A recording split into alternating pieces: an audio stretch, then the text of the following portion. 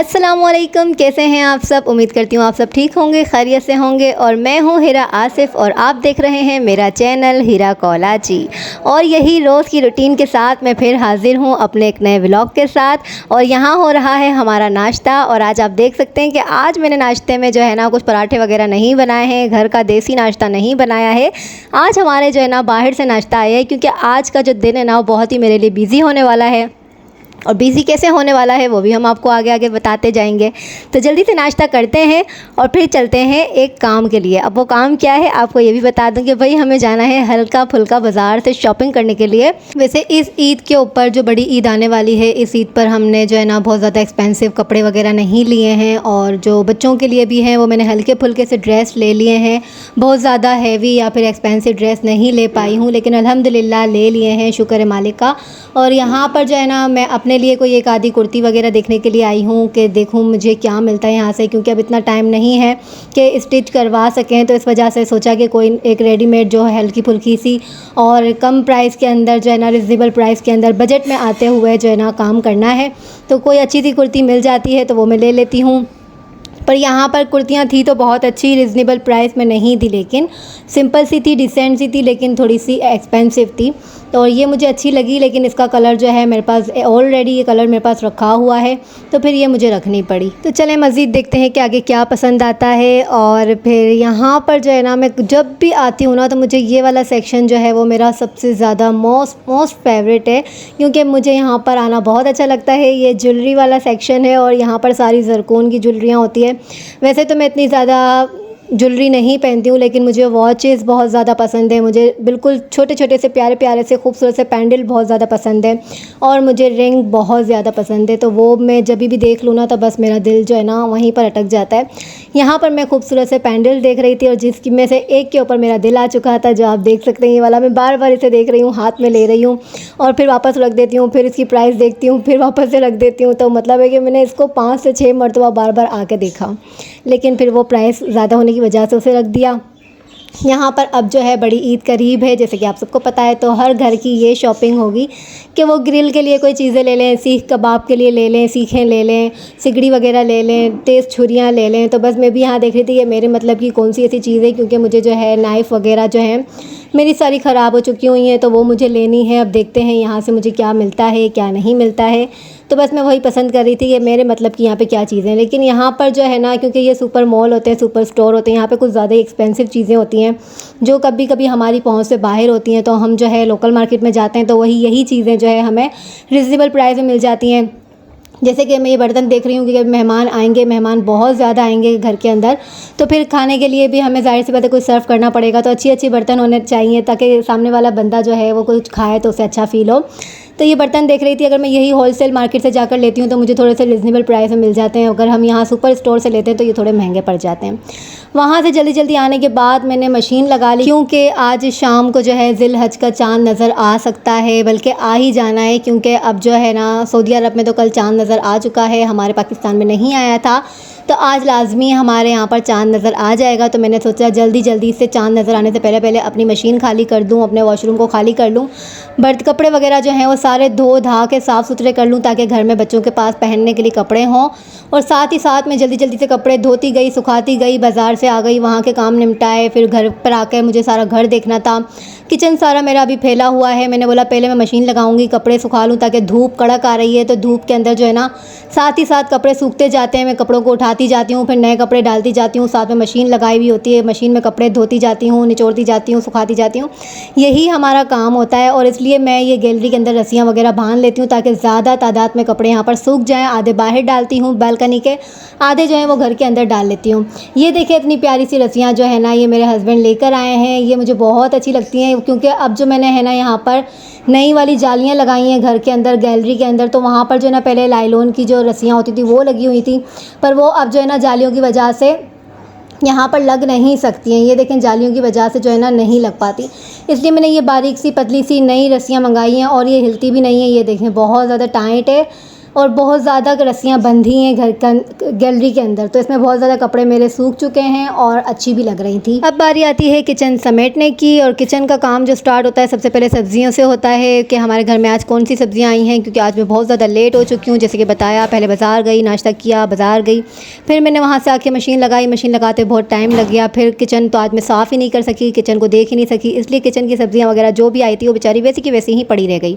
तो अभी मैंने सबसे पहले सोचा कि पहले सब्जियों को उठाकर इसकी बास्केट वगैरह में डालकर फ्रिज वगैरह में रख दिया जाए, अपनी अपनी जगहों पर सेट कर लिया जाए, फिर हम करेंगे किचन को एकदम चकाचक साफ़ सुथरा। तो ये देखें भाई, किचन कितना मैसी हो रहा है, किचन कितना डर्टी हो रहा है कि बस मैं क्या बताऊँ आपको। अब इस किचन को करना है हमें एकदम चमाचम।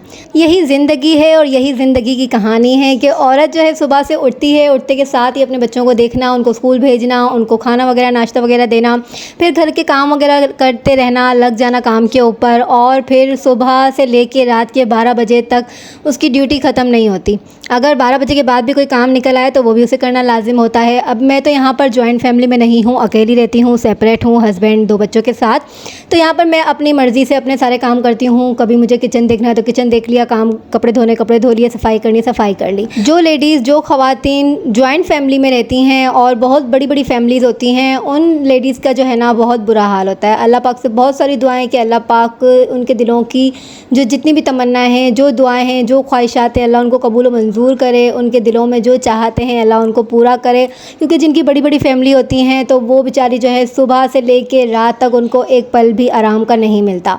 यहाँ पर अल्हम्दुलिल्लाह अल्हम्दुलिल्लाह अल्लाह का जितना शुक्र अदा करूँ उतना कम है कि हमारी जो ज़िंदगी है वो अल्हम्दुलिल्लाह शहंशाहों वाली ज़िंदगी है कि अगर हम काम करते हैं तो लेट जाते हैं, काम करने के बाद थोड़ा आराम कर लेते हैं, काम करने से पहले थोड़ा आराम कर लेते हैं, फिर मर्ज़ी हुई तो उठ के काम कर लिया, फिर मर्ज़ी हुई तो आराम कर लिया। लेकिन जिनकी जॉइंट फैमिली होती है वो बेचारी लड़कियां पिस जाती हैं। वो लड़कियां जो है अपने घरों को संभालते संभालते बूढ़ी हो जाती हैं, थक जाती हैं, लेकिन उनकी ज़िंदगियों में आराम नहीं होता। और उनका दुख और उनका दर्द जो है वो मैं इसीलिए समझ सकती हूँ क्योंकि मैं भी एक जॉइंट फैमिली से ही आई हूँ। मैं शुरू में जो थी शादी करके जब गई थी तो जॉइंट फैमिली में रहती थी। जॉइंट फैमिली में हम लोग 6 अफराद थे, मेरी सास ससुर और मेरे जेठ जेठानी और मैं और मेरे हस्बैंड, मतलब 6 बंदों के ऊपर हमारी जो है ना ज़िंदगी मुश्तमिल थी, हमारी फैमिली थी। तो मैं जॉइंट फैमिली से होते हुए तकरीबन मैं 4 साल जॉइंट फैमिली में रही हूँ, और जॉइंट फैमिली में रहने का क्या सिस्टम होता है वो भी मुझे पता होता है। लेकिन यहाँ अल्हम्दुलिल्लाह अल्हम्दुलिल्लाह मेरी जो फैमिली थी, ससुराल था मेरा बहुत अच्छा ससुराल है, मेरी सास ससुर बहुत अच्छे। बहुत सारे लोगों के कमेंट ये आ रहे हैं कि आपने कभी अपने ब्लॉग के अंदर अपने सास ससुर का जिक्र नहीं किया, कभी आपने अपने सास ससुर के बारे में बताया नहीं, आपके सास ससुर कहाँ रहते हैं, आपके सास ससुर हैं कि नहीं हैं, क्या करते हैं, कभी आपके ब्लॉग में नहीं आते। तो आज मैंने सोचा कि मैं आज आप लोग को ये बात भी क्लियर कर दूं, अपने सास ससुर के बारे में भी बता दूं कि वो कहाँ हैं और मेरे व्लॉग में क्यों नहीं आते। मैं वो वाहिद लड़की होंगी, मैं वो वाहिद औरत होंगी जो मैं अपनी सास की इस कदर तारीफ़ें करती हूँ कि लोग हैरान रह जाते हैं कि तुम पहली औरत हो जो अपनी सास की इतनी तारीफ़ें करती हो, तुम्हारी सास इतनी अच्छी थी, तुम्हारी सास इतनी अच्छी है, यूँ करके मुझे बोलते हैं। क्योंकि मैं अपनी सास की कभी बुराई मैंने की नहीं, क्योंकि हम बुराई के लिए कुछ था ही नहीं। कभी मेरी सास ने हमारे साथ कभी कुछ गलत किया ही नहीं, ना कुछ गलत होने दिया, हमें बहुत कोऑपरेट किया। जब से हम शादी करके गए तो हमारा इतना ख्याल रखा कि जिसकी हद नहीं, कि हमारे पास उनके लिए जो है ना तारीफ़ के अलावा कुछ रहता ही नहीं है। तो हम जहाँ पर भी जाते हैं तो उनकी तारीफ़ करते हैं तो लोग हैरान हो जाते हैं कि ये पहली बहू है कि अपनी सास की इतनी तारीफ़ें करती है। क्योंकि वाकई में मैंने अपनी लाइफ में बहुत सारी ऐसी ख़वातीन हैं जिनको देखा है कि वो मुंह पर तो अपनी सास की तारीफ़ करती हैं कि नहीं नहीं हमारी सास बहुत अच्छी हैं, बहुत कोऑपरेटिव हैं, बहुत प्यारी हैं, लेकिन पीठ पीछे जैसे ही वो सास इधर उधर होती है ना तो बस वो ऐसा किताब खोलती हैं बुराइयों की जिसकी हद नहीं। तो मैंने ऐसी ख़वातीन भी देखी हैं, लेकिन अल्हम्दुलिल्लाह मैंने कभी भी अपनी सास के मुंह पर भी बुराई नहीं करी, तारीफ़ करी है हमेशा उनकी, और मैंने हमेशा अपनी सास के पीछे भी उनकी तारीफ़ करी है। आज वो इस दुनिया में नहीं है तो आज भी मैं उनकी तारीफ़ ही करती हूँ, क्योंकि वो हमेशा कहती थी कि मैं इतनी अच्छी बन जाऊँ, मैं इतना अच्छा कुछ कर जाऊँ कि मेरे पीछे जो है ना मेरी बहुएं जो है वो मुझे अपनी दुआओं में और अपने अच्छे अल्फाजों में याद करें। वो हमेशा यही अल्फाज कहती थी कि अगर मैं मर जाऊंगी, मैं इस दुनिया से चली जाऊंगी तो कुछ अच्छा करके जाऊं, कुछ अच्छा काम आप लोग के लिए करके जाऊं, ताकि आप लोगों को मुझसे शिकायत ना हो, ताकि वो जो आप अच्छी तारीफ़ें करो, अच्छी बातों में मुझे याद रखो, मुझे दुआओं में याद रखो, तो वो मेरे लिए एक इसाले सवाब बन जाए। तो यकीन जाने आज जो है मेरी सास इस दुनिया में नहीं है, हमारे साथ नहीं है, मेरे पास नहीं है, लेकिन वो आज भी हमारी जो दुआओं में, हमारे अच्छे अल्फाजों में हमेशा हमारे साथ होती हैं। मेरे ससुर का भी जो है वो इंतकाल हो चुका है, डेथ हो चुकी है उनकी भी। और अल्लाह पाक से बहुत सारी ढेरों सारी दुआएं हैं कि अल्लाह पाक मेरे सास और ससुर को जन्नतुल फिरदौस में आला मकाम अता फ़रमाएँ, उनको करवट करवट जन्नत नसीब अता फ़रमाएँ। आमीन सुम्मा आमीन। और मेरी तरफ़ से तमाम अहले इस्लाम को ज़िलहज का चाँद बहुत बहुत मुबारक हो। अल्लाह पाक हर आने वाले साल में आप तमाम मुसलमानों को और साथ मुझे भी, मेरी फ़ैमिली को भी अपने घर की ज़ियारत नसीब अता फ़रमाएँ। आमीन सुम्मा आमीन। और आप यहाँ पर देख सकते हैं कि मैं यहाँ पर साबुत मसूर की दाल जो है वो निकाल कर बैठी हूँ और उसके अंदर से जो है वो कंकड़ चुन रही हूँ, साफ़ कर रही हूँ। तो क्योंकि आज मैं साबुत मसूर की दाल जो है वो रात के खाने में बनाने लगी हूँ। यहाँ पर मगरिब की अज़ानों का टाइम हो चुका है, मतलब है मगरिब की अज़ान हो चुकी है, तो सोचा कि जल्दी जल्दी से खाना बना लूँ क्योंकि आज मैं बहुत ज़्यादा बिज़ी रही हूँ, कपड़े वगैरह धोए हैं। तो हर लेडीज़ का यही काम होता है कि जब वो कपड़े धोती हैं तो उनकी कोशिश होती है कुछ ऐसा खाना बनाया जाए जो चुटकी बजाते ही पक जाए। तो बहुत सारी ख़वातीन हैं, कुछ आलू बना लेती हैं, कुछ आलू का पुलाव बना लेती हैं, कोई हल्की फुल्की सब्ज़ी बना लेती हैं। तो उनमें से एक ये डिश भी है जो बहुत ही इजीली, बहुत कम टाइम में और बहुत आसानी से के साथ जो है ना वो बन जाती हैं। इसमें आपको कोई थकावट, कोई थकन, कोई भुनाई शुनाई नहीं करनी पड़ती है। बस आपने दाल को लिया और इसको भिगो देना है आपको 15 मिनट के लिए या फिर 5 से 7 मिनट के लिए। फिर जब वो दाल अच्छी तरह से भीग जाएगी तो आपको ये दाल ले लेनी है और उसके अंदर सादे से मसाले, जो हमारे घर के बेसिक मसाले होते हैं, वो सारे मसाले ऐड कर देने हैं, जिनमें से ये एक अदद जो है मैंने प्याज ले ली है और इसके अंदर मैंने एक अदद टमाटर ले लिया है, हल्दी ले ली है और सूखा धनिया, लाल मिर्ची और साबित ज़ीरा ले लिया है सफ़ेद वाला। ये सारी चीज़ें जो है हम इस दाल के अंदर जो हमने भिगो के रखी थी उसका पानी हमने फेंक दिया है और यहाँ पर ये जो सारा मसाला है हम इस दाल के अंदर ऐड कर देंगे। आप यकीन माने ये दाल बनने के बाद इतनी मज़े की बनती है, जो लोग बनाते होंगे उसे तो पता होगा और जो नहीं बनाते हैं वो इस तरीके से लाजिम बनाइएगा। यहाँ पर हम इसमें 1 चम्मच जिंजर गार्लिक पेस्ट ऐड कर देंगे और 1 जग भर कर जो है ना हम इसके अंदर पानी ऐड कर देंगे और इसको चूल्हे के ऊपर रख देंगे। हल्की आंच पर ये पकती रहेगी, अपना काम करती रहेगी और हम यहाँ पर अपने मज़ीद दूसरे 10 काम कर लेंगे। तो यहाँ पर मेरे जो गैस हैं वो बहुत हल्के आ रहे हैं चूल्हे के अंदर, तो बस मैंने सोचा कि हल्की हल्की आंच पर ये पकता रहेगा। लेकिन वो चूल्हे जो हैं वहाँ पर ऊपर भी बंद हो गए, तो लेकिन मैंने अपनी आसानी के लिए ये अंगीठी जो है घर में लगा कर रखी हुई है ताकि ऊपर जब गैस चले जाते हैं, क्योंकि भाई अंग्रेज़ी चूल्हे हैं और जब भी हमारे देसी चूल्हे के अंदर गैस आता है तो फिर मैंने उसको नीचे रख दिया चूल्हे के ऊपर, इसमें गैस तेज़ आते हैं।